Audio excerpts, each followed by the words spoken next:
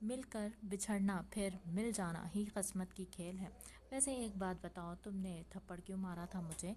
اس نے آویزہ کو دروازے کے ساتھ لگاتے اس کے دائیں بائیں بازو رکھ کر اسے مقید کے آئبرو اچکا کر سوالیہ انداز میں پوچھا تھا۔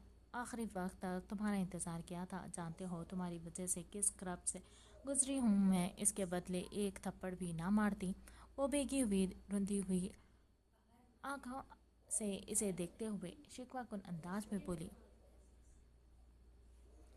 وہ بھیگی ہوئی دھندلائی ہوئی آنکھوں سے اسے دیکھتے ہوئے شکوہ کن انداز میں بولی، ذوالفقار بھائی کی ڈیتھ ہم سب کے لیے بہت بڑا صدمہ تھا۔ ان کی تدفین کے معاملہ سنبھال رہا تھا میں، تو گھر میں بچا تھا کون دیکھتا میرے سوائے سب؟ میں ہی تو گھر میں بچا تھا، کون دیکھتا میرے سوائے یہ سب؟ بابا بہت ٹوٹ چکے تھے، ایسے میں سب چھوڑ کر تمہارے پاس کیسے آتا؟ بتاؤ، یہاں بھائی کا جنازہ اٹھ رہا تھا، کیا میں ایسی حالت میں سب چھوڑ کر وہاں آ کے تم سے نکاح کرتا؟ مجھے لگا تھا تم انتظار کرو گی اور کچھ وقت بعد حالات ساز ہوتے ہی میں تم سے ہماری شادی کی بات کروں گا، لیکن سب بدل گیا، سب غلط ہو گیا۔ مگر اب بس اور کچھ غلط نہیں ہوگا۔ ہمارے پیار کی آزمائش تھی اور آج اس آزمائش کے بدلے ہماری محبت کی تکمیل ہو رہی ہے۔ ہو گیا تمہارا، اب پیچھے ہٹو، مجھے نیند آ رہی ہے۔ آویزہ نے اس کی گرفت میں چٹپٹاتے ہوئے خود کو آزاد کروانے کی کوشش کی۔ ابھی کہاں، ابھی تو تمہیں اپنی محبت کی ان انکہی داستان سے سنانی ہے، اپنی خواہشیں، حسرتیں، شدتیں، چاہتیں بیان کرنی ہیں۔ اس کے کان کے قریب چہرہ کیے وہ جذبات سے لبریز انداز میں بولا تو آویزہ کو لگا کہ آج اس کا دل کئی برسوں بعد ایک الگ تال پر دھڑکا تھا۔ جیسے ہی اس نے آویزہ کے شنگروے ہونٹوں پر اپنے لب رکھے تھے، اس کے وجود میں سنسنی سی دوڑ گئی۔ دونوں ایک دوسرے کا ساتھ دیتے ایک دوسرے میں مکمل طور پر مدغم ہو چکے تھے۔ کبھی مہندس گھوم کر اسے دیوار سے لگاتا تو کبھی آویزہ۔ آج اتنے امتحانوں سے گزر کر ان کی محبت کی تکمیل ہوئی تھی۔ وہ دونوں سرشاری سے ایک دوسرے کو محسوس کرنے میں گم تھے۔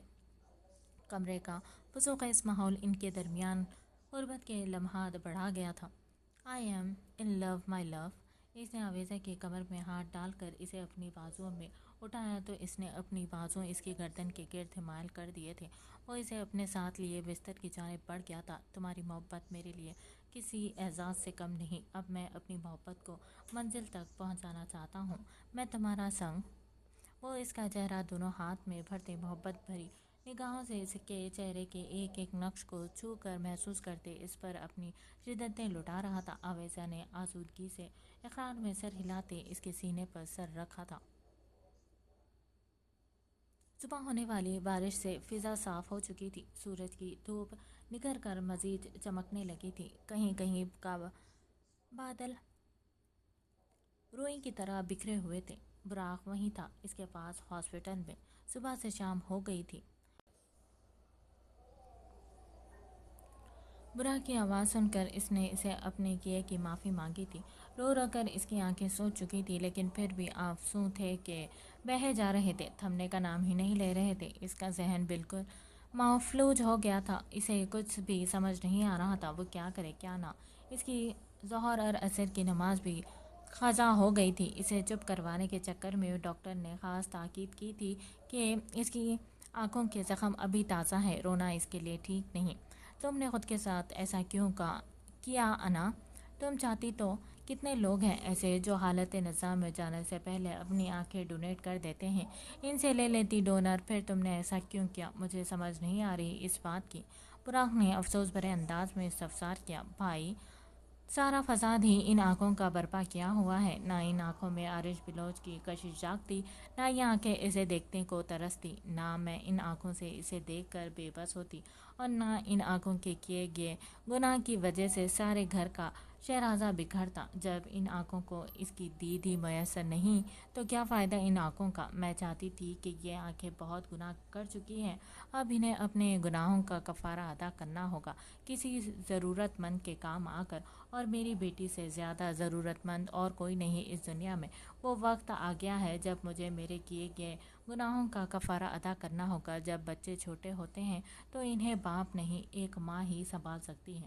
میں نے اپنے فرض ادا کر دیا، اب وہ وقت آ گیا ہے جب بچوں کو ایک ماں کی ضرورت بہت کم ہے، انہیں ان کے باپ کے پاس چلے جانا چاہیے۔ آپ عارج بلوچ سے کہیں آ کر اپنے بچوں کو لے جائیں۔ انا کے منہ سے لفظ بچوں سن کر اس کا شک یقین میں بدل گیا تھا، وہ سر جھکا گیا۔ میں معافی کے قابل نہیں بھائی، لیکن پھر بھی اگر ہو سکے تو مجھے معاف کر دینا۔ باقی سب گھر والوں کے لیے تو میں پہلے ہی مر چکی ہوں، انہیں میرے بارے میں کچھ مت بتائیے گا، انہیں مجھے مرا ہوا ہی سمجھنے دے۔ جیسے ہی عارج بلوچ مجھے ان بچوں کو اپنے ساتھ لے جا کر ذمہ داری سے آزاد کر دے گا، اسی دن میں بھی وہ اپنی بات ادھوری چھوڑ گئی تھی۔ اس سے پہلے کہ وہ اس سے مزید کچھ پوچھتا، ڈاکٹر واسق اس کا چیک اپ کرنے کے لیے اندر آ گئے تھے۔ یہ ایک کھلے میدان کا منظر تھا جہاں ہر طرف دھول مٹی اڑ رہی تھی، اور اس کی وجہ تھی دونوں اطراف سے کی گئی گولہ باری، بارود اور اسلحہ کی سنسنا دینے والی آواز سنائی دے رہی تھی۔ پاکستان کے دلیر فوجی بنا اپنی جان کی پرواہ کیے اپنے ہی ملک میں موجود دشمنوں کے خلاف محاذ لڑ رہے تھے۔ سورج غروب پا رہا تھا، 400 اندھیرا پھیلنے لگا تھا، مگر ہمارے فوجی جوان دشمنوں کو شکست سے دوچار کرنے کے در پر تھے۔ اس فوجی دستے کی قیادت جانباز کیپٹن عارج بلوچ کر رہا تھا، وہ جو وطن کی حفاظت کرنے کے لیے جان ہتھیلی پر رکھ کر نکلا تھا۔ اس کے ساتھی اس کی قیادت میں آگے بڑھتے، کلمے کے نعرے بلند کرتے دشمنوں کو مار گرا رہے تھے۔ اس دوران اس کے کئی ساتھی زخمی ہوئے تھے، مگر ابھی بھی سب کے حوصلے بلند تھے۔ عارج بلوچ اپنے ساتھیوں کے آگے ڈھال بن کر کھڑا تھا۔ انہوں نے بہت جانفشانی سے دشمنوں کا مقابلہ کیا تھا اور اپنے پلان کے مطابق سارے غداروں کو پکڑ لیا تھا، مگر شاید ایک بچا تھا جس نے عقب سے حملہ کیا تھا۔ وہ ہاتھوں میں کالا شنکوف تھا۔ میں چونکا، آگے بڑھ رہا تھا کہ اندھیرے کو چیرتی ایک سنسناتی ہوئی گولی اس کے پیٹ میں پیوست ہوئی تھی۔ اسے یکدم لگا جیسے لوہے کی کوئی گرم سلاخ اس کے پیٹ میں پیوست ہو گئی ہو۔ مکمل وجود سلگنے لگا تھا، ایک کے بعد ایک گولی کی بوچھاڑ کر دی گئی تھی اس پر، مگر وہ درخت کے پیچھے ہوا تھا اور اس کے ساتھ ٹیک لگا کر گہرے سانس لینے لگا۔ کلیش شنکوف اس کے ہاتھ سے چھوٹ کر نیچے گری تھی، وہ خود بھی درخت سے گھسٹ کر نیچے گرا تھا۔ ایک درد کی شدت اس کے پورے وجود کو اپنے حصار میں لے گئی تھی۔ اس کی نظروں کے سامنے سب کے چہرے لہرانے لگے تھے، اپنے بابا آتش بلوچ، اپنی محبت لٹانے والی ماں سسی کا چہرہ، اس بے وفا کا جس نے نئی دنیا بسا لی تھی۔ اس نے اپنی بیٹی کے بارے میں سوچا نہ چاہا تھا، جانے وہ کیسی ہوگی، مگر کچھ بھی دکھائی نہیں دیا۔ اس کی آنکھوں کے سامنے اندھیرا چھا گیا، اسے لگا کہ بس مقام شہادت نزدیک آ گیا ہے۔ بے ساختہ ہی اس کے لبوں سے کلمہ طیبہ نکلا تو اس نے وہیں دیر ہوتے خود کو خدا کے سپرد کر دیا تھا۔ تاریکی میں جانے سے پہلے اسے اپنے ارد گرد کافی شور سنائی دیا تھا، پھر آہستہ آہستہ اس کا ذہن معاف ہوتا چلا گیا تھا۔ آسمان پر چمکتے ہوئے چاند ستاروں نے بھی اس کے ڈھیلے وجود کو بخوبی دیکھا تھا۔ اس ایک حملہ آور کو بھی پکڑ لیا گیا تھا۔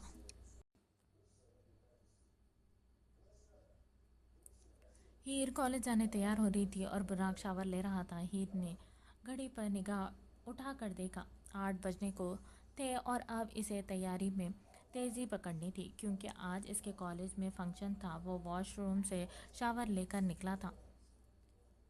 میرا بلیک کوٹ کہاں ہے؟ تولی سے بال رگڑتے ہوئے اس نے ہیر سے پوچھا تھا۔ یہ بیڈ پر ہے۔ اس نے وارڈروب سے اپنی سینڈل نکال کر پہنتے براق بلیک جینز اور سفید شرٹ پر بلیک کوٹ پہنتا آئینے کے سامنے کھڑا ہوا تھا۔ اب وہ تیزی سے برش کو بالوں میں چلا رہا تھا۔ تم تیار ہو ہیر؟ اسے بنا دیکھے پوچھا تھا۔ جی بس چادر لے لوں۔ وہ اس کے برابر آئینے کے سامنے کھڑی ہوئی تو براق کا بالوں پر چلتا ہاتھ رک گیا تھا۔ آنکھوں پر مسکرا لگانے پر اس کی گھنی پلکیں اور گھنی ہو گئی تھی۔ کیا یہ مسکرا زیادہ لگ رہا ہے؟ ہیر نے اپنا آپ جب آئینے میں دیکھا تو اسے مسکرا بہت زیادہ محسوس ہوا تھا۔ یہ بہت خوبصورت ہے، براق نے آئینے کے عکس میں آتی ہیر کی آنکھوں کو دیکھتے ہوئے بولا تھا۔ ہیر نے بھی اس کا عکس آئینے میں دیکھا۔ بلیک کوٹ اس پر بہت سوٹ کر رہا تھا۔ ہم لیٹ ہو رہے ہیں، اس نے نگاہیں جھکا کر بتایا اور پیچھے ہٹ گئی تھی۔ براق کا اس کا ہم کہنا بے حد اچھا لگا تھا۔ وہ مسکراتا ہوا پلٹا تو ہیر کی نظر اس کی گہری نیلی ستائشی آنکھوں پر پڑی تھی تو اس کے لبوں پر مسکراہٹ پھیلی تھی۔ آج بہت مصروفیت ہے، لیکن تمہیں کالج سے تمہارے وقت پر پک کر لوں گا۔ اس کی نگاہیں بار بار ہیر کے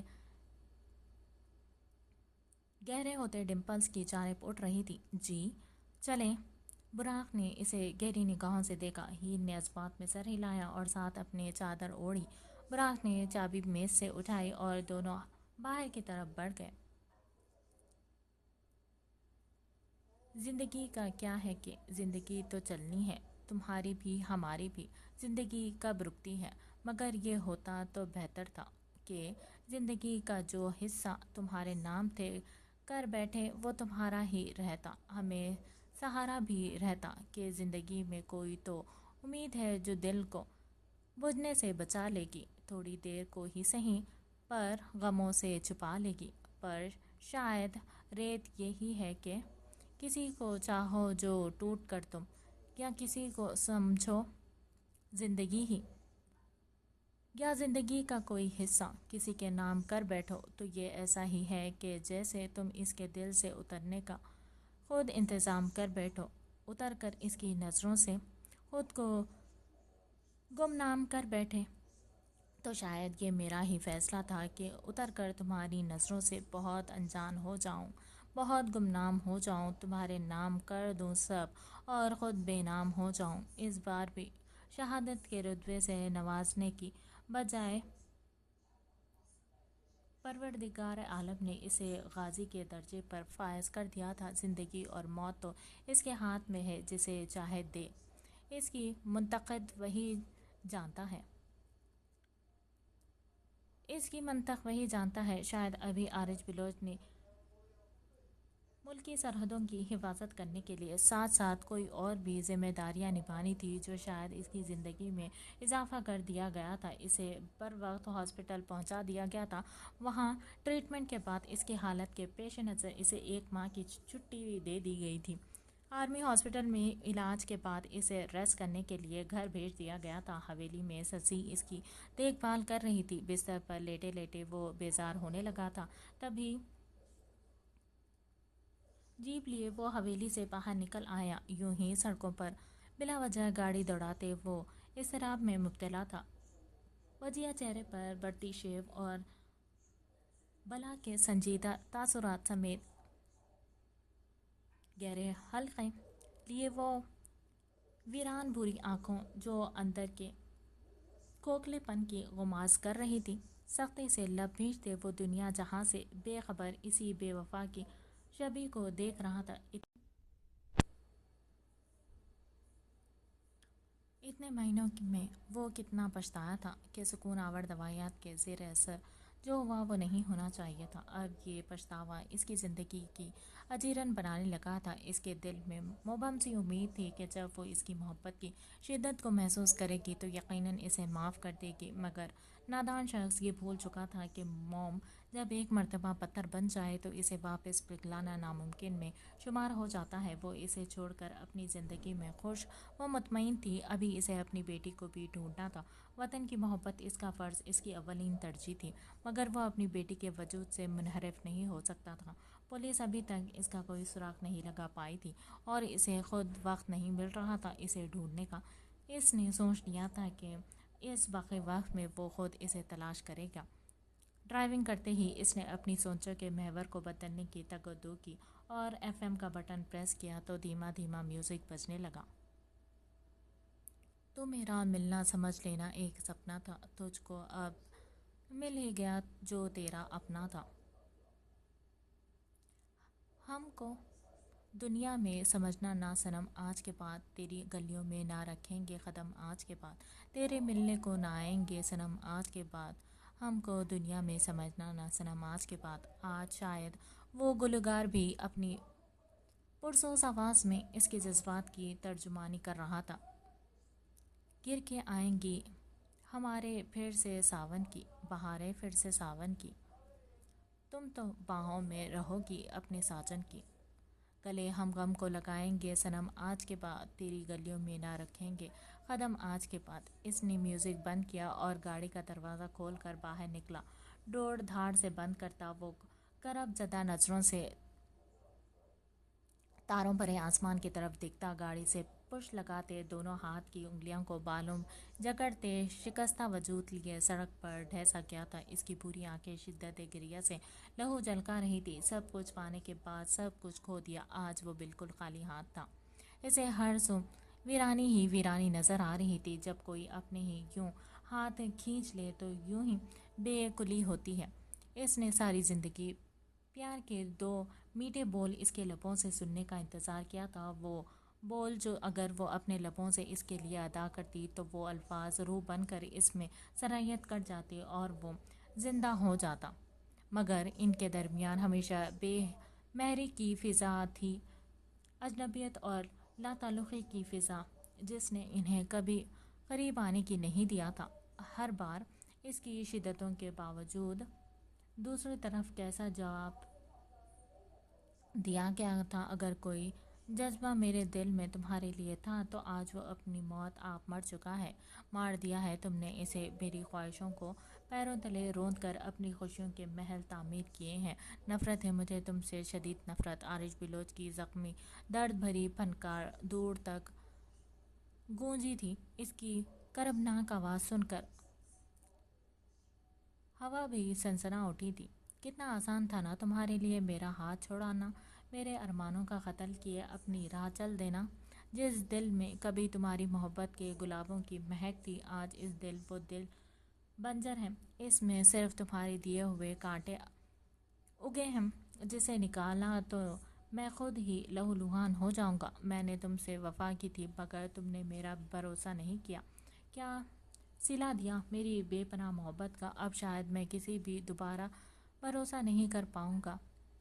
تمہیں ڈھونڈتے ہوئے میں اپنے آپ کو کھو چکا ہوں، خود کو ہی میسر نہیں ہوں. کتنی ہی دیر وہ چلتے ہوئے ذہن کے ساتھ ان ویران راستوں پر سرگرداں رہا تھا. ایک یک طرفہ محبت اسے یقین کچھ نہیں دیا تھا. کتنی نفرت تھی اس کے لہجے میں. جب اس نے مجھے سارے گھر والوں کے سامنے ذلیل کیا تھا تب سے اب تک اس کے الفاظ کے لگائے گئے نشتر چبھ رہے تھے. وجود آگ کی لپیٹوں میں گھرا جل رہا تھا. ڈاکٹر آج سے میز زویا آپ کے انڈر کام کریں گی، آپ کو اسسٹ کریں گی. براق کو بتائے ہوئے نرس زویا کو براق کے پاس چھوڑ کر چلی گئی تھی جو اپنے کیبن میں کھڑا تھا. Excuse me. زویا کو دیکھتے ہوئے براق کا چہرہ بے تاثر تھا. ڈاکٹر براق، میں 2 سال سے اسے آپ کو اس ہاسپٹل میں کام کرتا ہوا دیکھ رہی ہوں تھی. بلا شبہ آپ ایک ماہر ڈاکٹر ہیں. آپ کے ساتھ کام کر کے مجھے بہت خوشی ہوگی. زویا نے خوش دلی سے مسکرا کر کہا. مگر براق کا چہرہ ہمیشہ کی طرح سنجیدہ تھا. مجھے بہت اچھا لگا. زویا نے تمہارے انڈر کام کرنے کی خواہش کی تھی. تم نے اس عرصے میں اپنی قابلیت کا لوہا منوایا ہے. میں چاہتا ہوں زویا بھی تم سے سب سیکھے. اس ہاسپٹل کے ڈین نے اس کے کیبن میں آتے ہوئے براق سے ہاتھ ملا کر توصیفی انداز میں کہا تھا. Doing good job. وہ سینئر ڈاکٹر صرف رتبے میں ہی سینئر نہیں تھے بلکہ عمر میں وہ ان سے ڈبل کے تھے. کچھ دیر براق سے بات کرنے کے بعد وہ وہاں سے چلے گئے. براق وارڈ میں چلا گیا اور وہاں کے پیشنٹ کی فائل چیک کرنے لگا. اسے ان کی حالت کا پوچھ کر ادویات تبدیل کرنے لگا. وارڈ سے راؤنڈ لیے وہ جب 2 گھنٹے کے بعد واپس اپنے کیبن میں آیا. اس کا دھیان انا کی طرف تھا. وہ ڈاکٹر واسق کو کہہ کر آیا تھا کہ وہ کل آ کر انا کو وہاں سے لے جائے گا. تب تک اسے ہاسپٹل سے کہیں جانے نہ دیا جائے. صوفیہ نامی عورت بھی آذر کو لے کر وہیں آ چکی تھی۔ براق نے انا کے لیے ایک پرائیویٹ روم کا ارینج کر دیا تھا۔ صوفیہ، آذر اور ایزا دونوں کا وہیں انا کے پاس ہی رہتے ہوئے ان کا خیال رکھ رہی تھی۔ آپ چائے پئیں گے؟ زویا نے براق کے لیے بھی چائے منگوائی اور اسے سرو کی تھی۔ ویسے آپ کو بالکل حیرانگی بھی نہیں ہوگی مجھے یہاں دیکھ کر، ایک ڈین کی بیٹی آپ کو اسسٹ کرے گی۔ زویا نے چائے کا سپ لیتے ہوئے کہا، مجھے نہیں لگتا اس میں کوئی حیرانگی والی بات ہے مس زویا، مجھے ڈین کے کل ہی سب بتا دیا تھا۔ مجھے ڈین نے کل ہی سب بتا دیا تھا، براق نے بیزاری سے جواب دیا تھا۔ ہیر فنکشن تو بہت بورنگ ہے یار، میں نے بھائی کو کال کر دی ہے، وہ بس مجھے لینے آ رہے ہیں، تم چلو گی یا یہیں رہو گی؟ اس کی کالج کی دوست سمرا نے اسے پوچھا تھا۔ نہیں، میں وقت پر جاؤں گی، انہیں وہی وقت پتہ ہے جو میں نے انہیں دیا تھا۔ ہیر نے گہرا سانس لیتے ہوئے لب بھینچ لیے تھے۔ ابھی تو 2 گھنٹے ہی، کالج آف ہونے پر 2 گھنٹے اکیلے باہر ہوتی ہی رہوں گی تو کہیں اور چلو میرے ساتھ، آج اپنے ہسبینڈ کو سرپرائز دے دو، میں تمہیں ان کے ہاسپٹل کے سامنے اتار دوں گی، پھر وہاں سے ان کے ساتھ گھر چلی جانا۔ سمرا نے اسے مشورہ دیا۔ ہیر اس کے مشورے پر سوچ میں پڑ گئی تھی کہ وہ جائے یا نہیں۔ بالآخر اس نے سمرا کے ساتھ براق کے ہاسپٹل جانے کا فیصلہ کیا اور چادر درست کرتی اس کے ساتھ چھوٹے چھوٹے قدم اٹھاتے ہوئے کالج کے گیٹ سے باہر نکل گئی۔ وہ اور سمرا پیچھے بیٹھی ہوئی تھی۔ سمیرا نے اپنے بھائی کو ہیر کو ہاسپٹل کے سامنے اتارنے کے لیے کہا تھا۔ سمیرا اور ہیر دونوں ہاسپٹل کے سامنے گاڑی رکتے ہوئے اندر آئے اور ریسیپشن پر موجود ریسیپشنسٹ سے ڈاکٹر براق کے بارے میں معلومات لی۔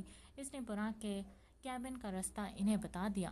اچھا ہیر، اب تم جاؤ اپنے ان کے کیبن میں، بھائی میرا انتظار کر رہے ہیں باہر، میں چلتی ہوں۔ سمیرا نے اسے کہتے ہوئے واپس باہر نکل گئی تھی۔ میں تم سے کچھ کنفیس کرنا چاہتی ہوں ڈاکٹر براق۔ وہ پراسرار مسکراہٹ لبوں پر سجائے اپنی جگہ سے اٹھی اور بوجھل قدموں سے چلتے ہوئے اس کے پاس آئی۔ میں تم سے بہت محبت کرتی ہوں۔ اس پہلے روز سے ہی جس دن تمہیں اس ہاسپٹل میں دیکھا تھا، میں چاہتی ہوں اس زندگی کے سفر میں تمہاری ہم سفر بن جاؤں۔ کیا تم مجھے اپنی زندگی کی میں شامل کرنے کا شرف بخشو گے؟ اس کے بے حد قریب آتے وہ بے باکی کی حدود کو پھلانگتے اس کی آنکھوں میں آنکھیں ڈالتے پختہ انداز میں بولی تھی، میرا دل مت توڑنا پلیز، جواب ہاں میں دینا۔ براق کی آنکھوں سے شرارے پھوٹنے لگے۔ وہ جو اس کی طرف دیکھتے ہوئے بے اختیار سے آگے بڑھی تھی، اچانک ٹیبل کے کارنر سے زویا کا پاؤں اٹکا تو وہ اپنا توازن برقرار نہ رکھ سکی اور لہرا کر اس کی گود میں گری۔ اس سے پہلے کہ وہ اسے کوئی بھی جواب دیتا، کیبن کا ڈور کھلا تھا اور ہیر جو براق کو ڈھونڈتے اندر آئی تھی، اس کی آغوش میں کسی اور کو دیکھ کر وہ برف کی مانند جامد ہو گئی تھی۔ یک لخت ہی اس کی آنکھوں سے آنسوں کے چشمے پھوٹ پڑے تھے۔ وہ الٹے قدم لیتے ہوئے باہر کی طرف بھاگی تھی۔ آپ کی ہمت بھی کیسے ہوئی میرے اتنا قریب آ کر ایسے گری ہوئی حرکت کرنے کی؟ شیم آن یو۔ وہ بجلی کی تیزی سے جھٹکا دے کر اسے خود سے پیچھے ہٹاتے ہوئے سرعت سے خود بھی چیئر سے اٹھا تھا۔ مجھے بار بار بات دہرانے کی عادت نہیں، پہلے اور آخری بار بتا رہا ہوں، میری زندگی میں میری بیوی کے علاوہ کسی کو کوئی جگہ نہیں ہے۔ I am married so just control your damn feelings right here. وہ درس آواز میں دھاڑا تھا۔ زویا پٹی پٹی نظروں سے اس کا یہ قہر زدہ روپ دیکھ کر 2 قدم پیچھے ہوئی تھی۔ براق اپنا موبائل اور کیز اٹھاتے ہوئے لمبے لمبے ڈگ بھرتا ہوا ہیر کے پیچھے باہر کی طرف بھاگا تھا۔ ہیر اسے کوریڈور میں مل گئی تھی مگر وہاں بہت رش تھا۔ براق نے ارد گرد لوگوں کو دیکھتے ہوئے فی الحال کوئی صفائی پیش نہیں کی بلکہ ہیر کو کلائی کو مضبوطی سے تھام لیا۔ ہیر نے کاٹدار بھیگی ہوئی آنکھوں سے اسے دیکھتے ہوئے جھٹپٹا کر اپنی کلائی اس کی آہنی گرفت سے آزاد کروانے کی کوشش کی مگر بے سود۔ براق اسے اپنے ساتھ لیے تیز تیز قدمیں اٹھاتے ہوئے پارکنگ ایریا میں آیا جہاں اس کی گاڑی پارک تھی۔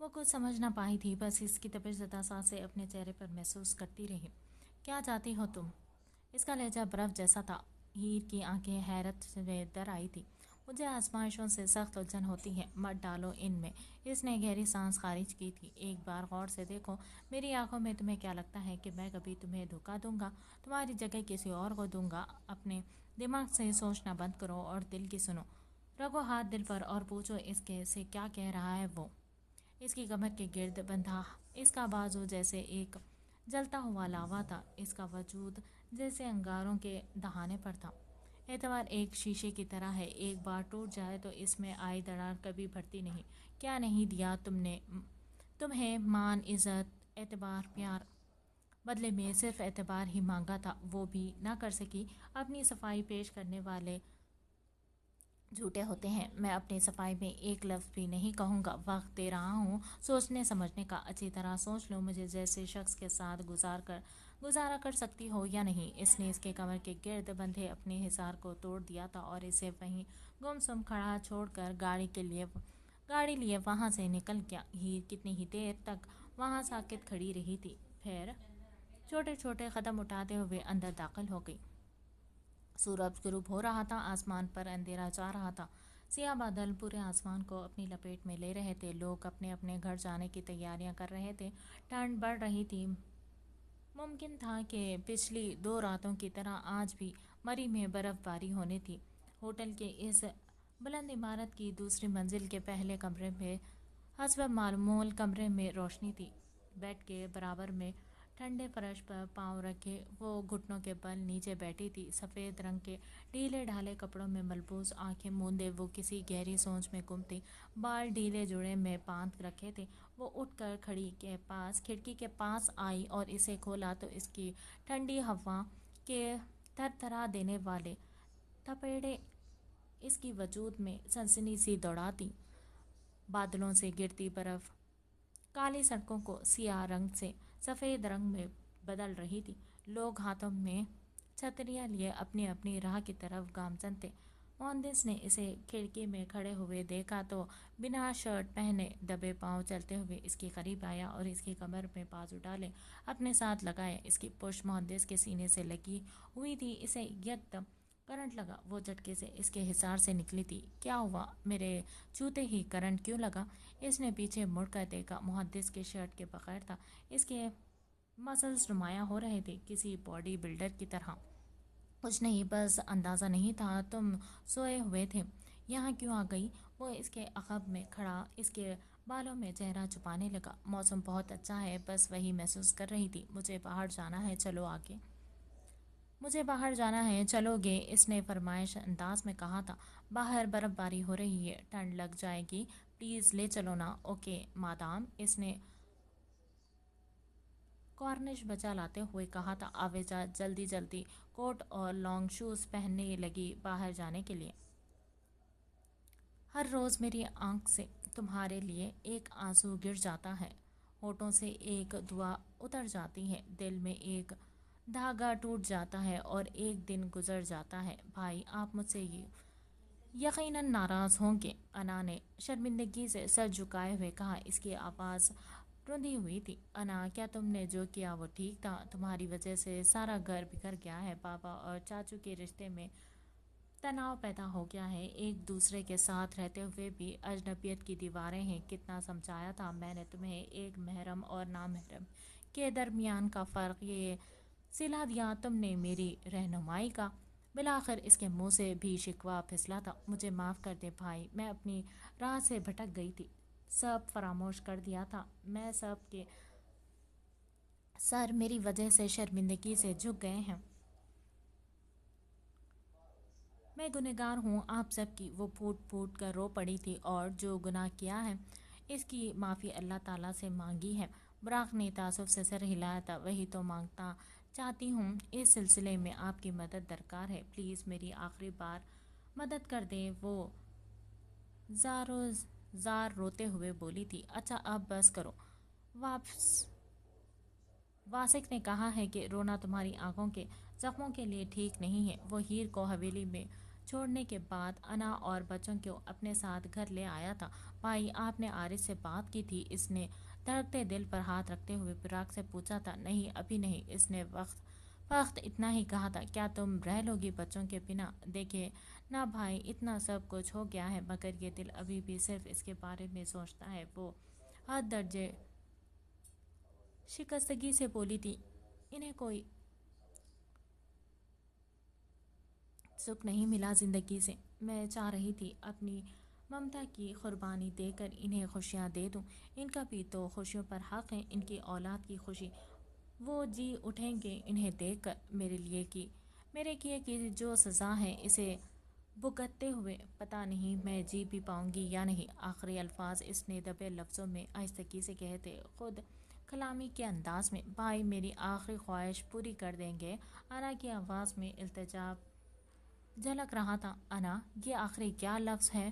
ٹھیک سے بتاؤ، کیا کہنا چاہتی ہو؟ بھائی، مجھے پر جھکی اپنی اسائنمنٹ بنا رہی تھی۔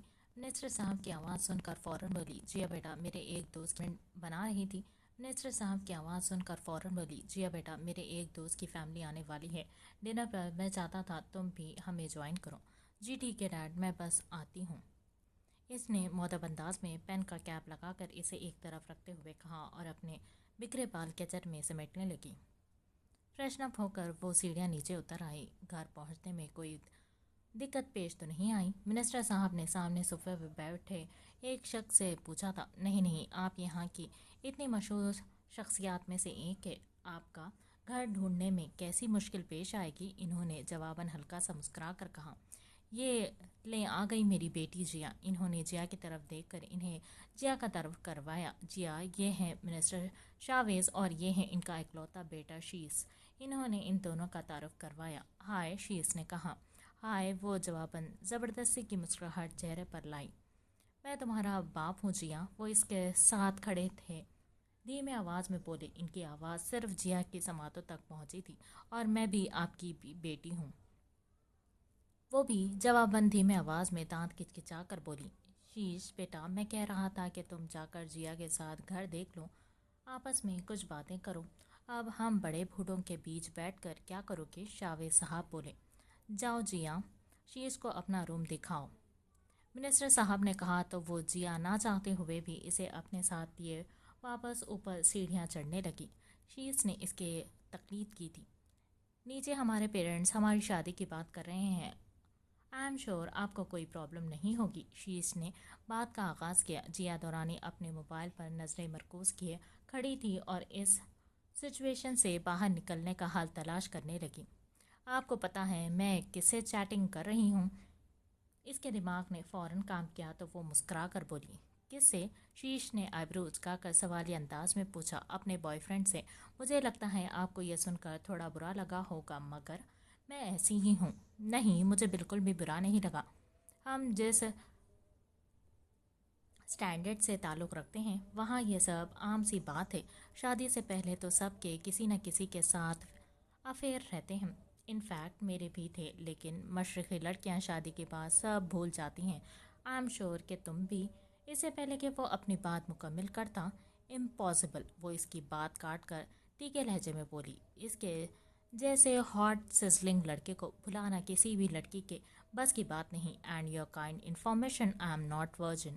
ایسا ہو ہی نہیں، جس کے منسٹر صاحب جیسے اسٹرک فادر ہو وہ ایسی حرکت کر ہی نہیں سکتی۔ شیس نے پختہ انداز میں کہا۔ جتنا اسٹرک ہوگا لڑکی کا بابا اتنا ہی پنگا لینے کا مزہ آئے گا زیادہ۔ داشاب کھڑکی سے کود کر اندر آیا اور آتے ہی جیا کا ہاتھ پکڑ کر شرارت آمیز انداز میں بولا، ایسے ملتے ہیں ہم اب پتہ چلا؟ جیا نے مسکراتے ہوئے کہا۔ پاپا! شیس ان دونوں کو ساتھ دیکھتے ہوئے اپنے آپے سے باہر ہو گیا اور زوردار آواز میں چلاتے ہوئے باہر نکل گیا۔ تم کیوں آئے یہاں؟ میں ہینڈل کر لیتی نا، کمرے میں اکیلا چھوڑ دیتا۔ وعدہ کیا ہے ساتھ نبھانے کا تو مرتے دم اکیلا چھوڑ دیتا۔ وعدہ کیا ہے ساتھ نبھانے کا تو مرتے دم تک نبھاؤں گا۔ وہ اس کی مخروطی انگلیوں پر لب رکھتے ہوئے اٹل انداز میں بولا۔ ابھی جاؤ یہاں سے، پاپا نے دیکھ لیا تو۔ اس نے داشاب کو کھڑکی سے باہر دھکیلا تھا۔ جس روز جیا دورانی نے 18 سال کی ہونا تھا اور دورانی نے اس کی ساری جائیداد اپنے نام لکھوانی تھی، اس روز داشاب جیا دورانی کو اپنے ساتھ کسی دوسرے شہر میں لے گیا اور وہ دونوں وہیں چھپے رہے۔ انہوں نے وہیں کورٹ میرج کر لی تھی۔ اگلے روز وہ لوگ واپس آئے اور داشاب نے وکیل کے ساتھ مل کر جیا دورانی کی ساری جائیداد اس کے نام کروا دی۔ منسٹر صاحب جو اسے ڈھونڈ ڈھونڈ کر پاگل ہوئے جا رہے تھے، جب انہیں پتہ چلا کہ ساری جائیداد جیا کے نام ہو چکی ہے تو انہیں اپنی ساری عمر کی محنت ضائع ہوتی ہوئی لگی۔ انہوں نے جیا کو بازیاب کروا لیا۔ جیا ان کے ساتھ رہنے لگی کیونکہ وہ ڈر رہی تھی کہ اگر منسٹر صاحب کو اس کے اور داشاب کے نکاح کا علم ہوگا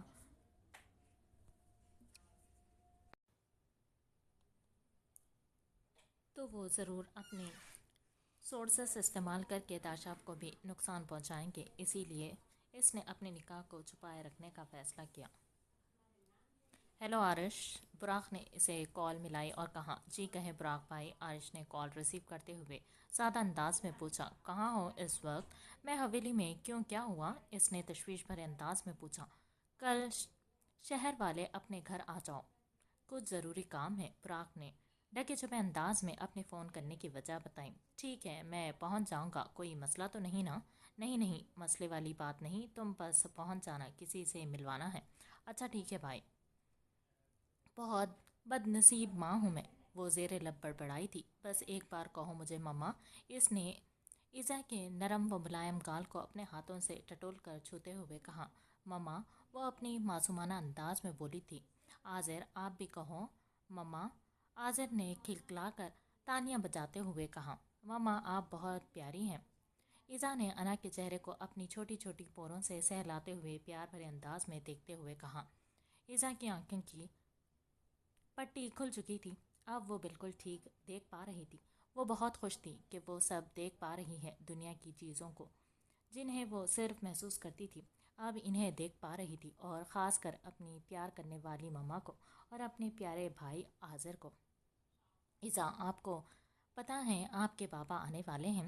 انا پہلے سے ہی ان کا مائنڈ تیار کر رہی تھی۔ مما، بابا آپ جیسا پیار کریں گے؟ ایزا، جس نے آج تک کبھی اپنے بابا کے بارے میں نہ سنا تھا اور نہ دیکھا تھا، اس نے معصومانہ انداز میں سوال کیا تھا۔ مجھ سے بھی زیادہ کریں گے، وہ تو سراپائے محبت ہے، اس نے دل میں سوچا۔ صوفیہ آنٹی، آپ پلیز آذر کے لیے نوڈلز بنا دیں، اسے بھوک لگی ہے۔ صوفیہ جو کمرے میں بکھری ہوئی چیزوں کو سمیٹ رہی تھی، جی اچھا کہتے ہوئے کچن میں چلی گئی۔ نوڈلز نہیں، چاکلیٹ، آذر نے ضد لگائی تھی اور بستر کی چادر کھینچنے لگا تھا۔ دروازے پر دستک ہوئی تو صوفیہ دروازہ کھولا۔ براق ہاسپٹل گیا تھا، ایک ایمرجنسی ہو گئی تھی، اس نے وہاں سے جانے سے پہلے گھر جلدی واپس آنے کا وعدہ کیا تھا۔ صوفیہ نے براق سمجھ کر دروازہ کھول دیا، مگر سامنے ایک وجیہہ شخص کو دیکھ کر حیران ہو گئی۔ بلیو جینز پر بلیک شرٹ پہنے، شرٹ کے بازو کونی تک فولڈ تھے، رف سے حلیے میں بھی وہ خاصا متاثر کن دکھائی دے رہا تھا۔ اس کی سرخ و سفید رنگت پر چہرے پر نمایاں اس کی بھوری کانچ سے آنکھیں، جن پر لمبی مڑی ہوئی پلکیں خاصی نمایاں تھیں۔ انہوں نے پہلی بار آذر کے علاوہ کسی لڑکے کی ایسی مڑی ہوئی خوبصورت پلکیں دیکھی تھی۔ انہوں نے دل میں ہی ماشاءاللہ کہا۔ آپ کون؟ صوفیہ نے نہ سمجھتے سے دیکھتے ہوئے سوال کیا۔ یہ میرے والد کا ہی گھر ہے جہاں میرا بھائی براق رہ رہا ہے، اس نے انتہائی سنجیدگی سے کہا۔ جی آئیں آئیں، صوفیہ نے اسے اندر آنے کا راستہ دیا۔ وہ وہیں لاؤنج میں رک گیا تھا۔ صوفیہ اس کے لیے پانی لینے واپس کچن میں گئی تھی۔ وہ وہاں کھڑے کچھ بھی نہیں بولا تھا، مگر اس کی مخصوص مہک انا کو اس دل آویز شخص کی آمد کا پتہ دے گئی تھی۔ اس کا دل اچھل کر حلق میں پھنسا تھا۔